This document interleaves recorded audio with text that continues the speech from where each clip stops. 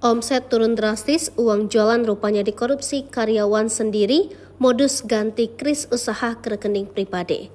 Seorang pemilik usaha gelato menangkap basah karyawannya melakukan korupsi.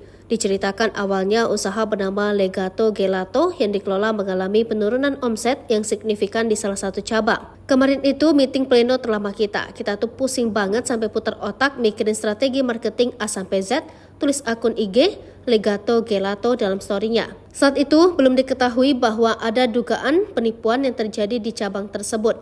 Bahkan manajemen mengontak mall untuk mengkonfirmasi apakah ada penurunan trafik di lokasi. Hingga akhirnya tim memutuskan untuk mengecek kondisi di lapangan menggunakan mystery shopping, alias berpura-pura membeli produk tanpa memberitahukan bahwa itu adalah jebakan. Benar saja, ternyata saat bertransaksi, kris untuk pembayaran telah dimodifikasi oknum karyawan. Modus yang dilakukan cukup lihai, ia tetap memberikan struk pada customer, namun merupakan print ulang dari transaksi sebelumnya.